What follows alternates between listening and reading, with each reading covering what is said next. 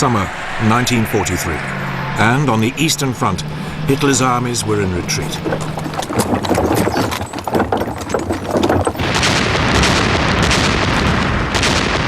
Huge Soviet artillery barrages and tank assaults were shredding the German lines.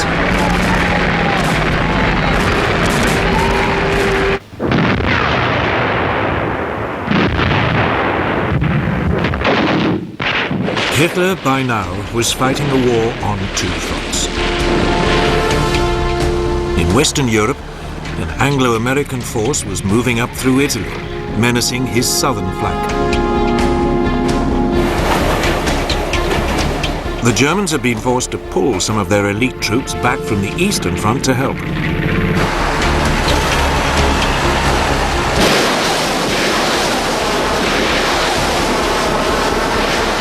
It left their forces in the east dangerously overstretched. The exhausted German soldiers were up against the enormous reserves of the huge Soviet military machine. The Soviet leader, Joseph Stalin, now seized this opportunity to wreak his revenge and move onto the offensive.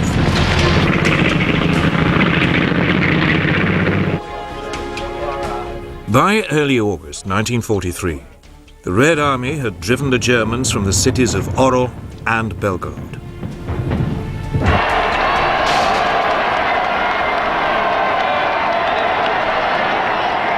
To celebrate the victories, Stalin ordered 12 124-gun salvos and a barrage of fireworks in Moscow's Red Square.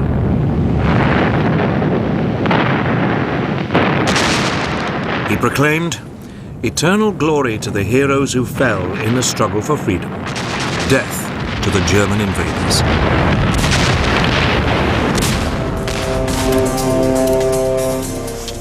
In Germany, Hitler's response was to take greater personal control of all important military decisions.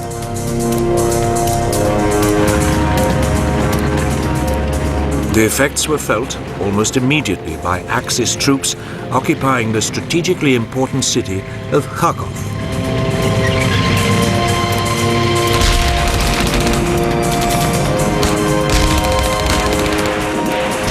The Soviet forces approached the city from three sides.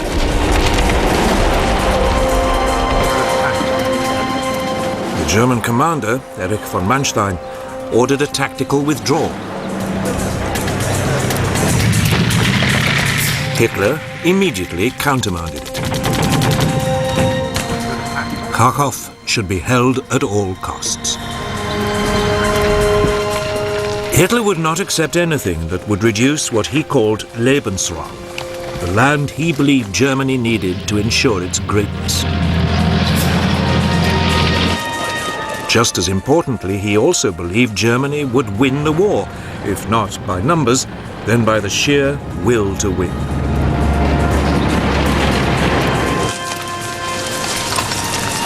The Germans dug in.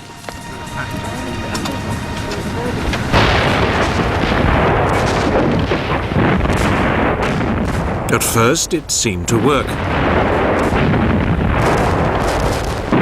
For several days, repeated Soviet assaults were repulsed.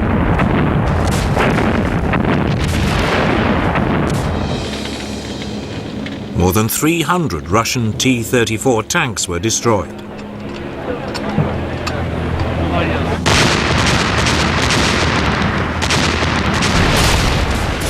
But by the end of August 1943, the German positions had been overrun.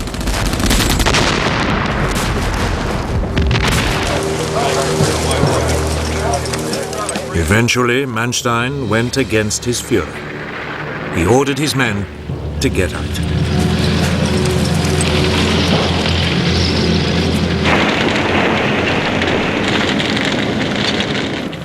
The Red Army drove into the ruins of Kharkov the next day. It marked the beginning of a massive Soviet offensive along a 1,500-mile front.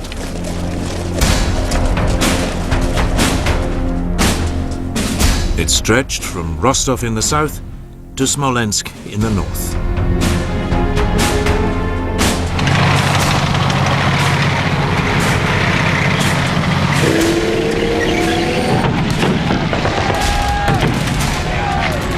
At the southern end of the front, near Rostov, a Russian breakthrough threatened to trap pockets of German soldiers in the Crimea.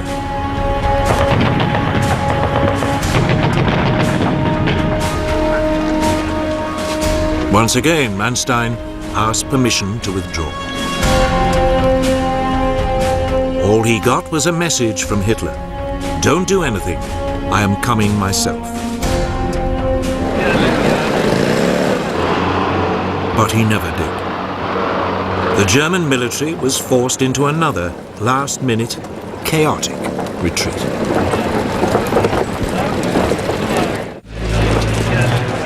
The withdrawal was made worse by bands of battle-hardened partisans.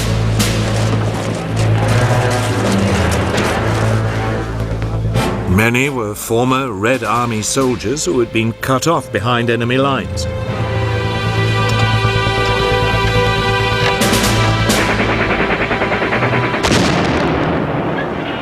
They now ambushed the retreating Germans, cutting their communication and supply lines. The Germans responded with predictable ferocity.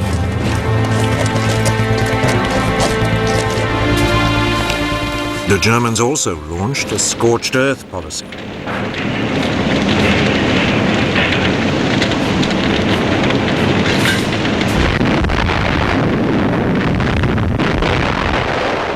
Factories, power plants, railways and bridges were all blown up.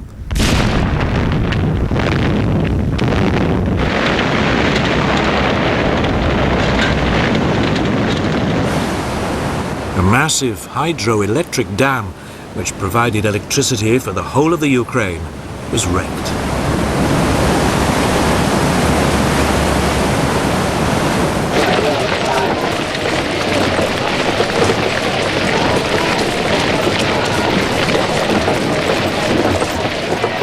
Meanwhile, in the center of the front, the Germans fell back across the river Dnieper. As they fled, they blew up yet more bridges, turning the river into a formidable defensive line.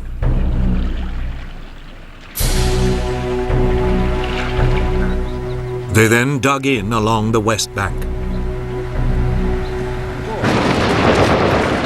Stalin's response was to offer the Soviet Union's highest award to the first Red Army soldier to cross the river. By the early autumn 1943, a number of small Soviet bridgeheads had been established on the German-controlled West Bank.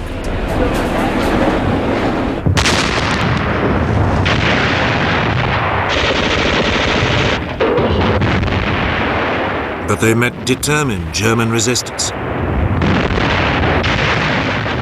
Fighting raged along the Dnieper throughout October 1943. Finally, at the beginning of November, Soviet troops captured Kiev.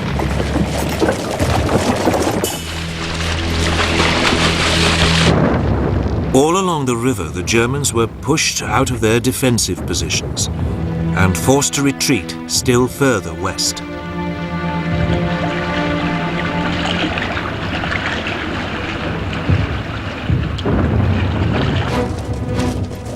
By the end of 1943, the Red Army had virtually cleared the Germans out of Russia's historic homeland. In early January 1944, the forces of the First Ukrainian Front moved in from the north on the German-held town of Korsun. It was the last German toehold on what they'd hoped would be their defensive line along the river Dnieper. 12 days later, the forces of the Second Ukrainian Front drove forward on the southern side.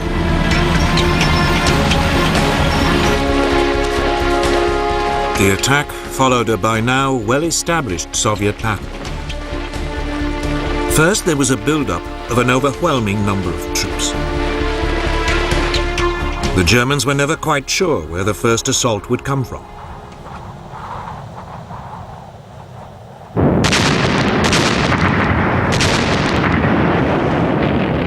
Then there was a devastating artillery bombardment.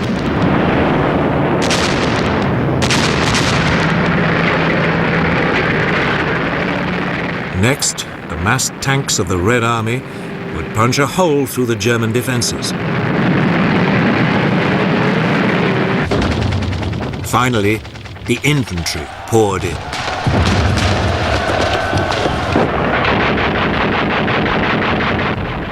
In Korsun, it quickly became obvious to the Germans they were about to be overwhelmed.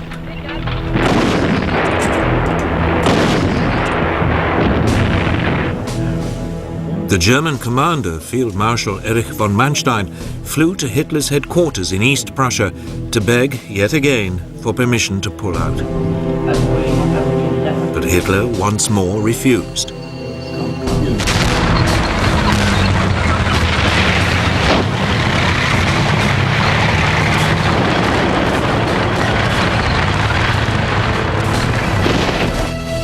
After a week of fierce fighting, about 60,000 men were trapped in what became known as the Korsun pocket.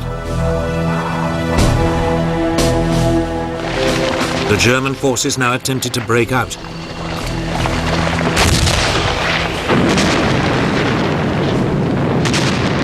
But the Russians were ready for it.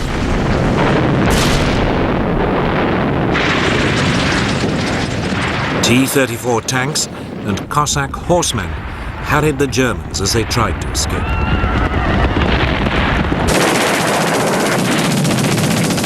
The fighting lasted 2 days.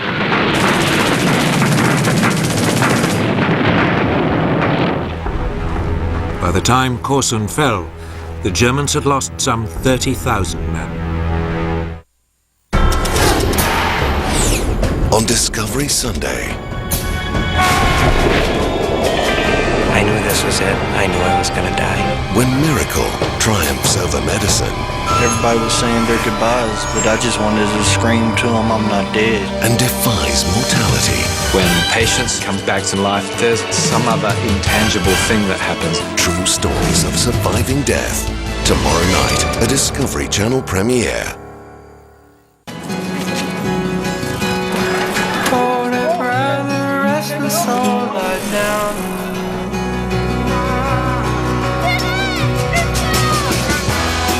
Every day holds promises and challenges to be met. At the BNP Paribas Group, we understand it takes everyone to move the world forward. So let's keep trying, let's keep dreaming, let's keep reaching. BNP Paribas, the bank for a changing world. Was that a sudden draft or a restless spirit? Was it a thrill of the eye or proof ghosts exist? Now, a team of paranormal experts spread the net and we caught that sucker. Use their arsenal of technology to investigate evidence of the supernatural. Something just touched me on the back of the head. Ghost Lab, tonight on Discovery Channel. Some believe whaling should stop. Others don't. The high seas battle over whaling has intensified. Japan says the activists are pirates. We have never stood by to see a whale die, and we never will. But is one whale's life worth war? Until you find something worth dying for, you haven't really lived. Whale Wars, Monday nights on Discovery Channel.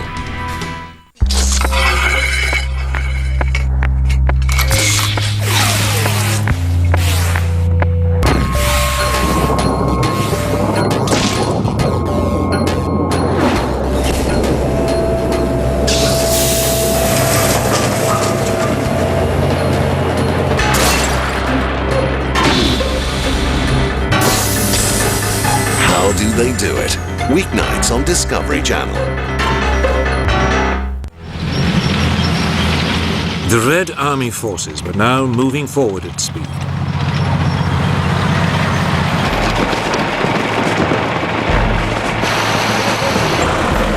Their advance was made possible by fleets of trucks, mostly provided by the United States, that kept their forces supplied. It was a much faster process than for the Germans, who still relied heavily on horses.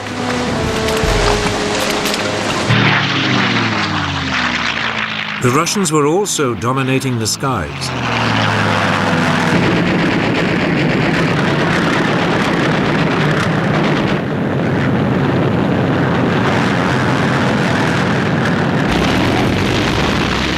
The Luftwaffe had always been a key part of the German war machine. But Hitler had been forced to divert many of his aircraft to defend the homeland from a US and British bomber offensive.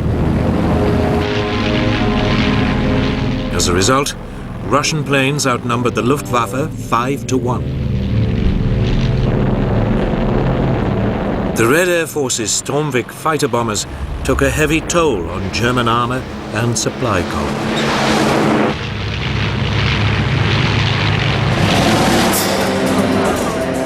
Yet Hitler refused to contemplate defeat and now announced a new version of his no-retreat policy. He ordered the German troops to create what he called fortified areas, or local strongholds. These were to be defended to the bitter end. Only with his personal approval could any of these fortresses be abandoned.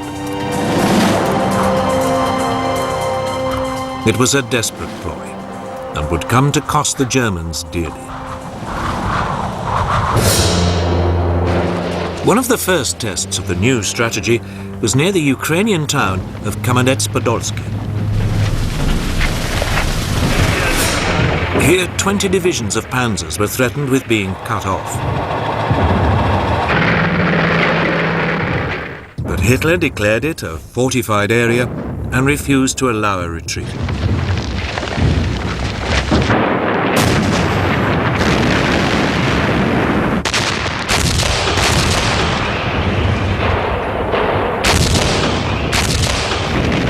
In the face of bitter fighting, there was a vitriolic argument between Hitler and Manstein, who could see the writing on the wall.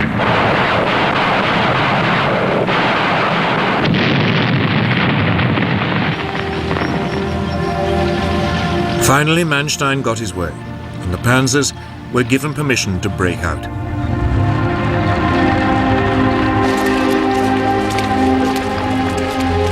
Ten days later, some 200,000 men of the 1st Panzer Army safely reached the German lines over 100 miles to the west.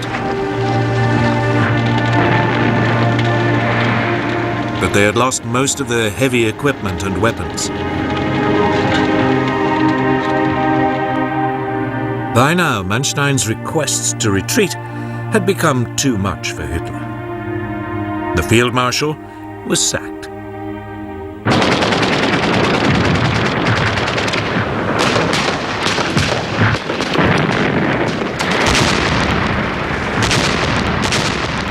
Further south, the Germans attempted to hold back the Soviet torrent on the Yezhny Bug River.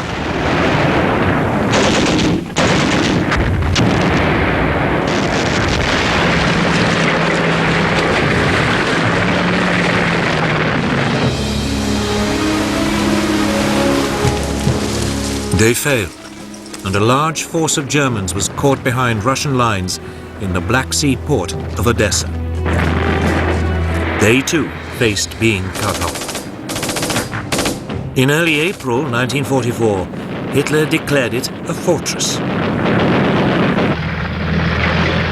But the German troops ignored him and slipped out of the city.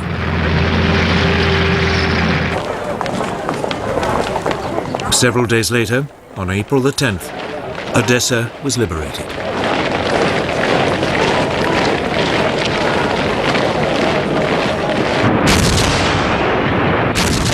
Stalin was winning on all fronts. He could now turn his attention to the northern Russian city that had suffered under Nazi assault for years.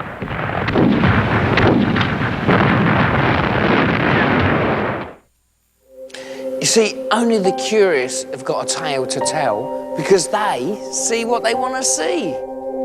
As a traveller, I might not go where I initially intended to go, but somehow I always end up where I want to be. See, what the eye perceives, yeah, the mind, it locks it away, because memory is obviously the most important thing in my travelling. And in this day and age, it's all about reliving those memories.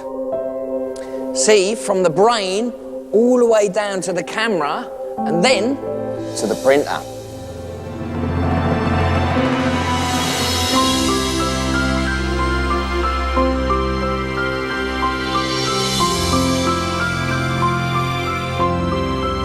Clearly, nothing is ever black and white. Canon, delighting you always. An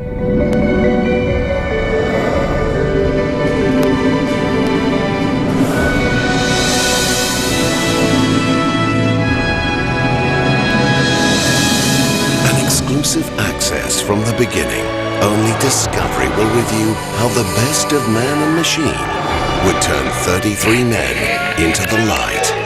Rescued, the Chilean Mine story. Sunday, 28th of November, a Discovery Channel premiere.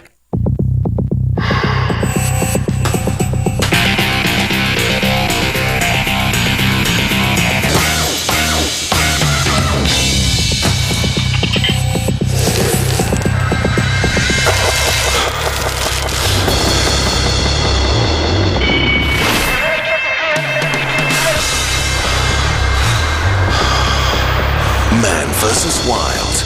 Monday nights on Discovery Channel.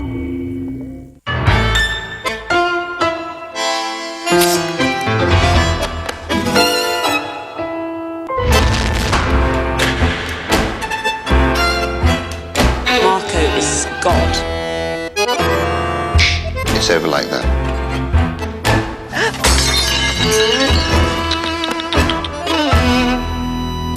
Mercy will not save you, trust me. The chopping block is the ultimate challenge. New to view this November on Discovery Channel. Two experts exert their drastically different methods in perilous scenarios. Dual survival.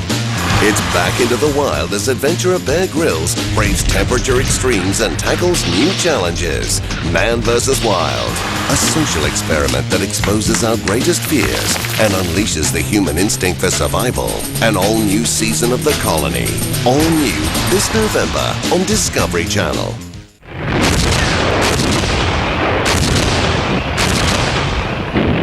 By the beginning of 1944, the Russian city of Leningrad had been under siege from German forces for nearly 2.5 years. During the first winter, almost 500,000 people had starved to death. Volunteers struggled to put out fires and construct defenses.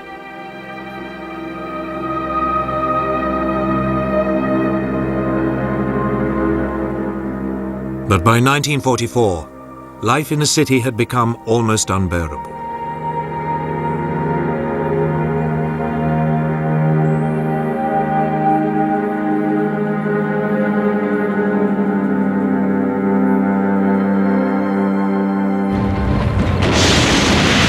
Several attempts to relieve it had failed. One effort in 1942 led to the capture of more than 50,000 troops of the Soviet Second Shock Army.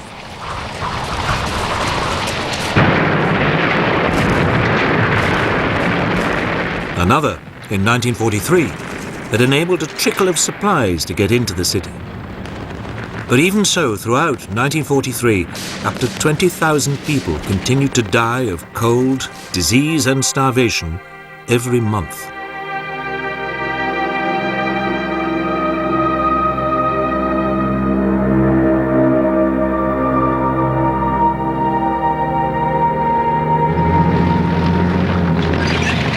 By January 1944, however, with the Germans in headlong retreat, Stalin now turned his attention to the plight of the city.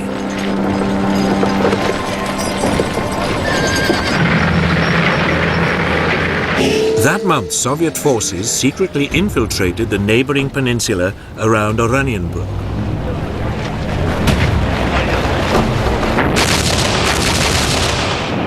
The attack on the German positions started with a savage 65-minute bombardment. Then Russian troops ripped into the startled German lines.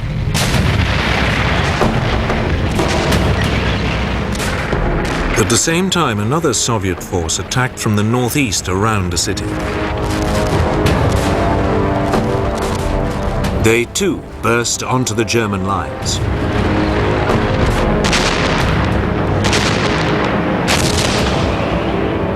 For 3 days, the German commander, Field Marshal Georg von Köchler, held out.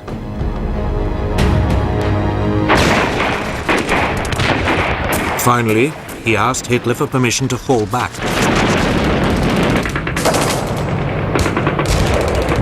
Hitler, as always, refused.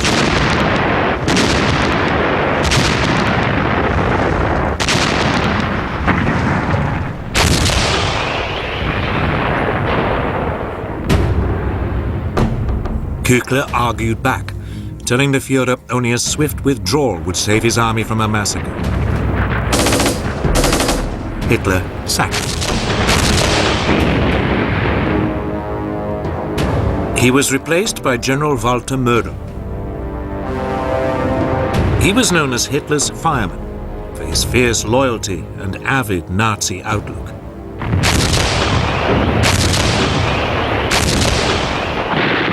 But even to Mödel, the danger was obvious. He now disobeyed Hitler and pulled out.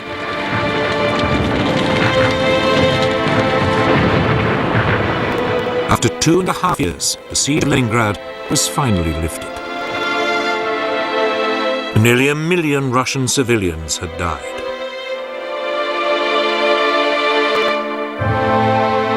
Relief in the city was overwhelming.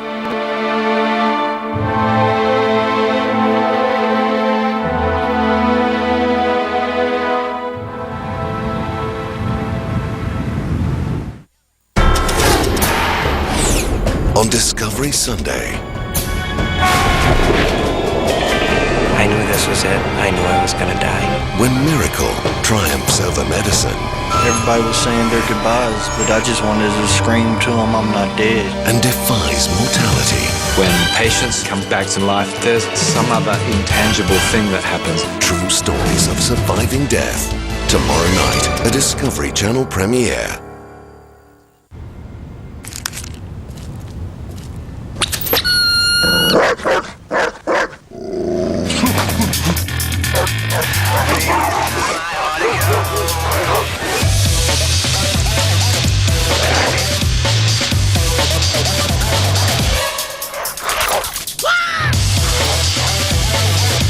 Be an instant expert with LG Optimus One. Life's good when you have the power to know it all. Up next. So it's an entirely new, terrifying experience because of my experience level, which is this. Come face to face with a mountaineer's worst nightmare. Dual Survival. Coming up next. There's a new survival expert, Michael Hawke. He's chased adventures to the four corners of the world. That's going to be my spear. His wife, Ruth. Breakfast shouldn't do that. Not so much. I hate snakes. They're taking their marriage to extremes. They're all wrong. Look what you're doing. Giving new meaning to surviving a relationship. That's disgusting. Is it cooked? Yeah. Eat it. A new series, Man, Woman, Wild. Tuesday nights on Discovery Channel. Paramedics, state your emergency. Just calm down. Tell me what's going on. I can't help you unless you calm down and tell me what's wrong. They can't make the call, but these guys can. What's in that shed? Have a black bear that was hit. Follow a team on a mission. This is not CSI Miami. To serve and protect. That's what we're here for. Animal Cops Miami, a new season. Weeknights on Animal Planet. Being the new guy can be tough. Believe me, I know. I'm the new guy every day. So it doesn't surprise me anymore when I'm kicked by a camel. You kicked me in a bad place. Dangled 800 feet in the air. Oh, God. Oh, I almost fell. We're made to haul a full toilet down a flight of stairs. Oh, dear. That is disappointing. What surprises me is I'm back for more.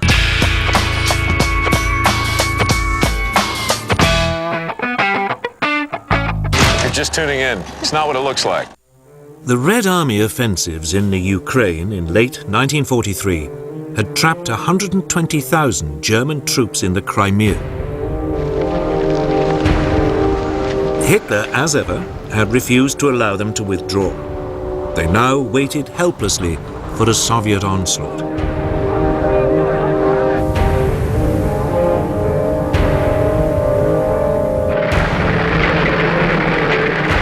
In early April, 2 months after the lifting of the siege on Leningrad, it came. The troops of the 4th Ukrainian Front crashed into the Crimea from the north.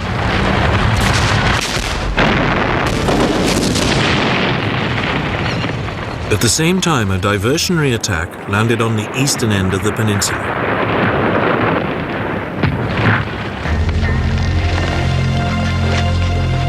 In less than a day, the Axis troops in the west had given way.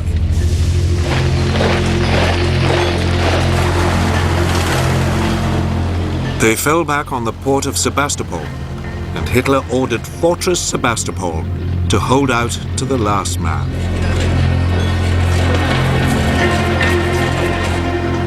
They didn't stand a chance.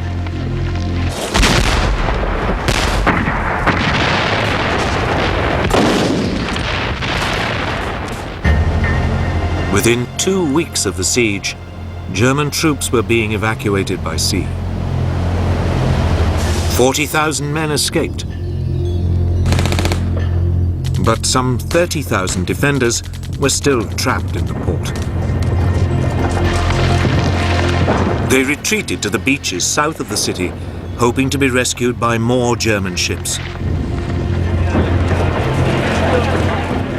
It didn't happen. The evacuation was interrupted by a Soviet artillery bombardment.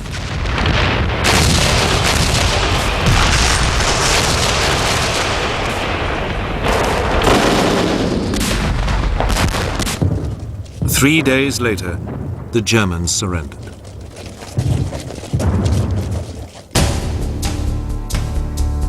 Meanwhile, back in the northwest of the country, the Germans still occupied much of what is Belarus today. But the Red Army had grabbed a vast bulge of land stretching into Poland and Romania. It meant the Germans had to defend a 1,400-mile front. They were hugely overextended. Military logic suggested it was time for the Germans to withdraw to more manageable defensive positions. But Hitler, still obsessed with territorial gain, refused to allow any further retreat.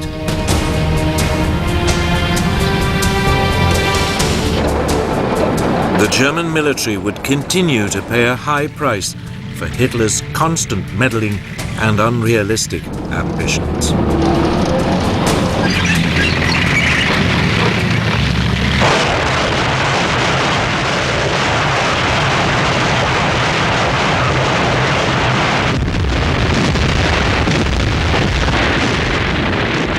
By the spring of 1944, Hitler's forces were stretched to their limit.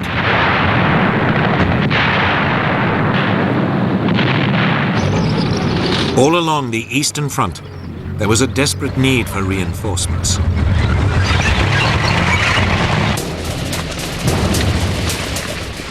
The problem for the German High Command was where to place the few resources it had to maximum advantage.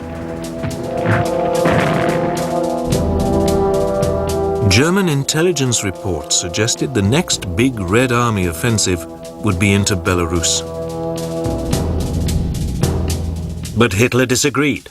He was convinced Stalin would strike south and seize the Romanian oil fields. Both were wrong, at least to begin with. In the early summer, the Red Army Command finally turned its attention to Finland.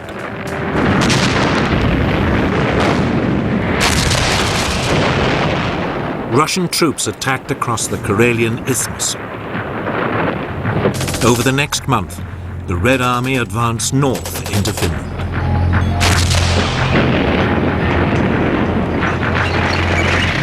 By August 1944, it was all over, and the Finns sued for peace.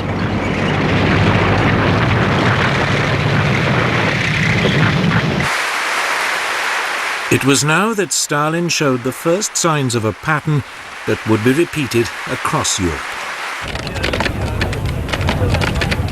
He seized land, in this case areas of Finnish Karelia and the nickel-rich Petsamo region.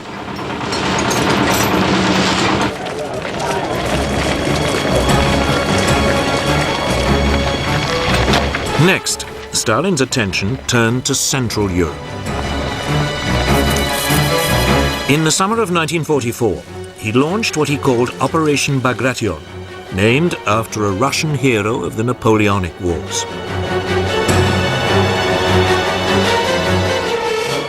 At 5 a.m. on June the 22nd, 3 years to the day after Hitler's invasion of the Soviet Union, the guns of the Red Army began a ferocious bombardment of German forces in what today is Belarus.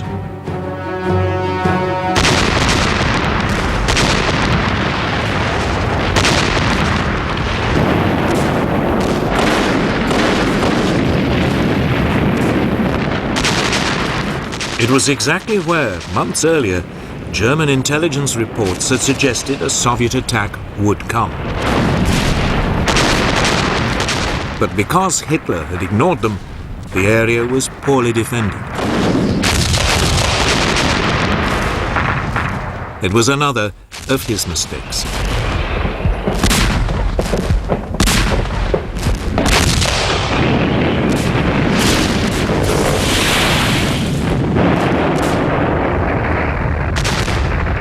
The Germans were now being pounded along a 350-mile front. In some places, the Russians used over 400 guns for every mile.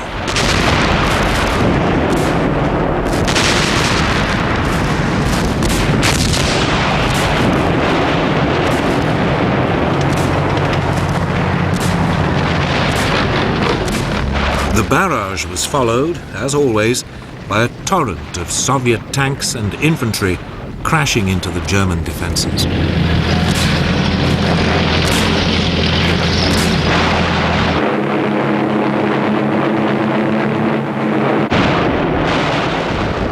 To make matters worse for the Germans, they had almost no air support.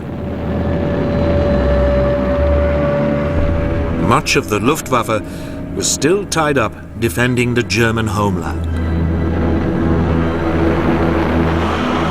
It was now that Hitler's folly of fighting a war on two fronts became all too apparent.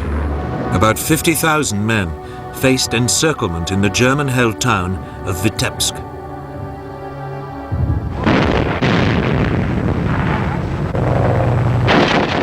Hitler, as had become routine, initially refused to let it retreat. Then, when on the following day he relented, it was too late for many of his troops. 4 days later, Vitebsk fell. Further south, along the Belarus front, the pattern was repeated. Hitler, now furious, sacked his general, Field Marshal Ernst Busch. Once again, he brought in his favorite, the now promoted Field Marshal Walter Mödel. But it made no difference. Town after town fell.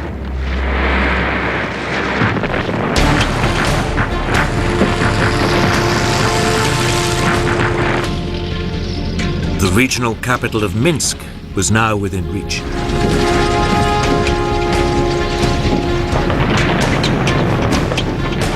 Two days later, the Red Army encircled it. Over 100,000 German troops were trapped.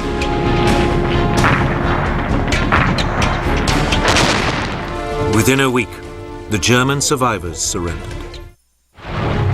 The unstoppable Russian advance now pushed on to the Baltic states.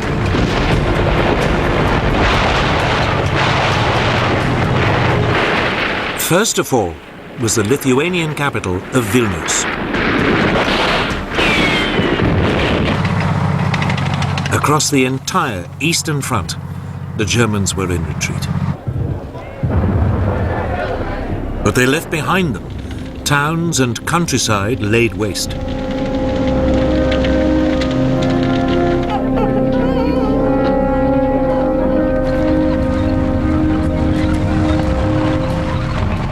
Nothing, however, could have prepared the Red Army for what it was about to discover. On July the 23rd, 1944, Soviet forces reached the small Polish village of Majdanek, near Lublin.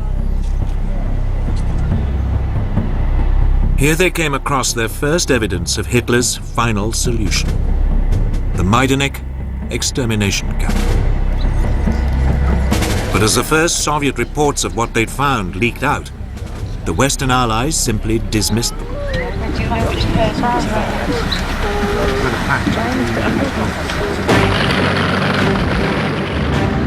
3 days after seizing Majdanek, the Russians were approaching Warsaw. But here the Red Army paused.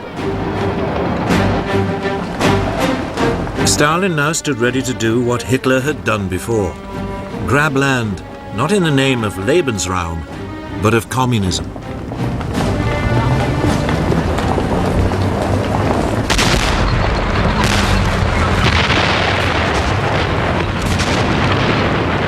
By the summer of 1944, Operation Bagration had ripped the heart out of the German army in the east. The Red Army now paused and dug in along the river Vistula, south of Warsaw.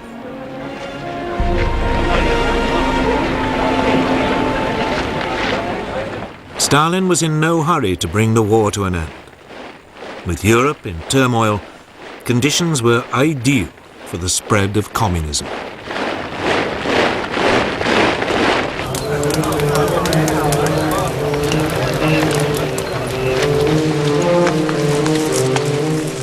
The first victims of Stalin's political calculations were the Poles. On August 1st, 1944, the Polish Home Army rose up in Warsaw against its Nazi occupiers.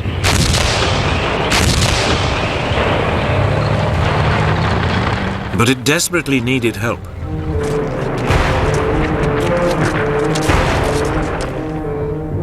The Red Army, camped just to the south, was perfectly placed to provide it.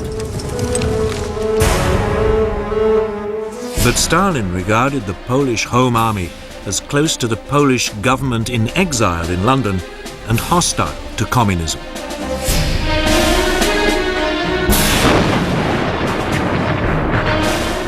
So he turned a blind eye to the plight of the Polish fighters.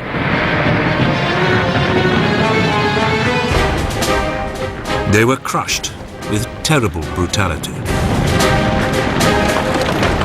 The Germans wouldn't finally be pushed out of Poland until the Russian army drove them out in January 1945. It was the start of a Soviet master plan that would eventually see communist governments across most of Eastern Europe.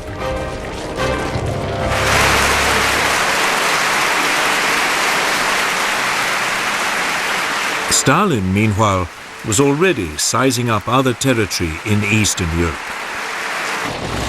He could have moved directly west towards Germany. Instead, units of the Red Army moved south in a vast thrust down through the Balkans.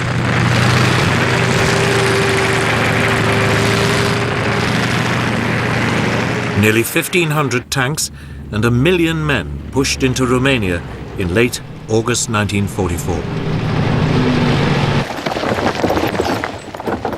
The defending Axis forces had less than 400 tanks and just 800,000 troops.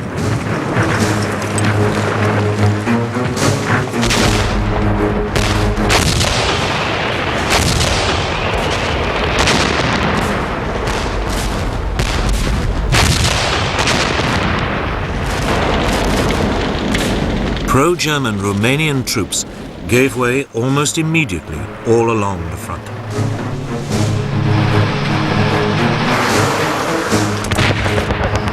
Three days later, large pockets of German troops were surrounded near Kishinev. Hitler issued his standard command: no retreat.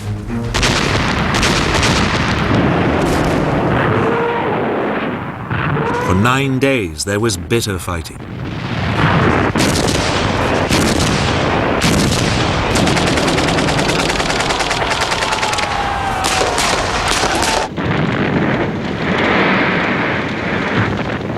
Over 180,000 German troops were killed or taken prisoner.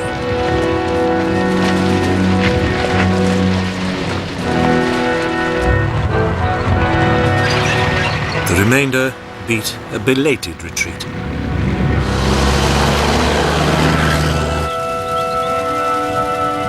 In late August, Romania's pro-German dictator, Marshal Ion Antonescu, was arrested. Romania surrendered.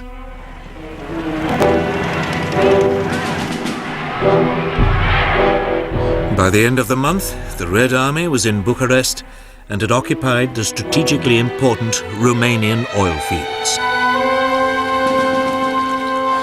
It meant Germany had lost its main supply of oil. 3 Soviet armies now moved south into Bulgaria.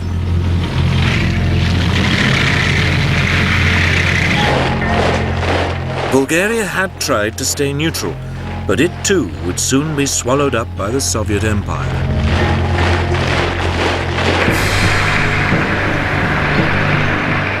Meanwhile, the rest of the Russian forces now moved west towards Yugoslavia.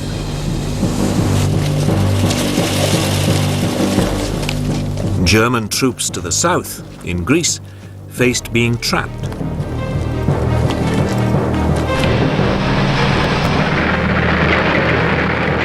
They began a hasty retreat up through Albania and southern Yugoslavia.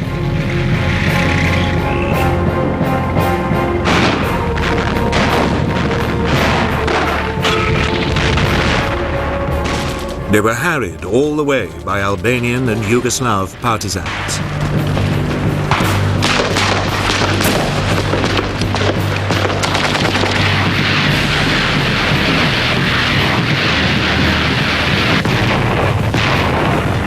By mid-October 1944, the Red Army had reached the Yugoslav capital of Belgrade.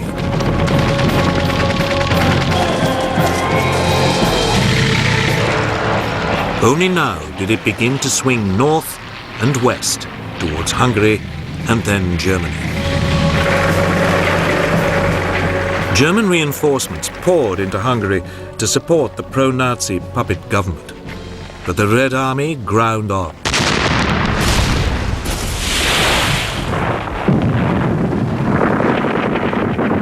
Eight weeks later, it laid siege to Budapest.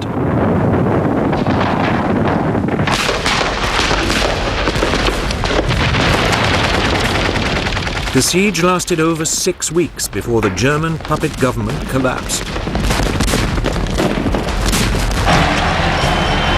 By the end of 1944, most of Eastern Europe lay in Stalin's grasp. His troops controlled the Baltic states and Poland, Romania and Bulgaria. Pro-Soviet forces ruled in Yugoslavia and Albania. Hungary and Czechoslovakia were in his sights. Stalin had successfully laid the foundations for the future Soviet bloc. He could now, at last, move on to Germany. But in the West, Allied forces were also approaching the German border. The race was on to be the first to take Berlin.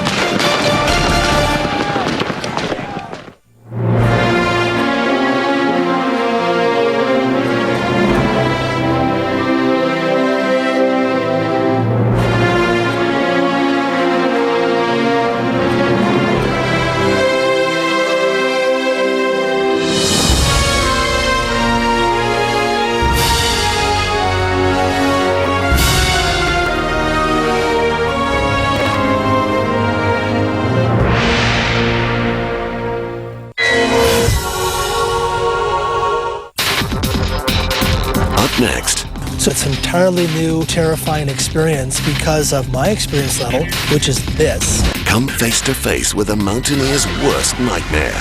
Dual Survival, coming up next. Experience World War II to learn the heroic truth behind the Allies' triumph. The conflicts, the strategies, the sacrifices.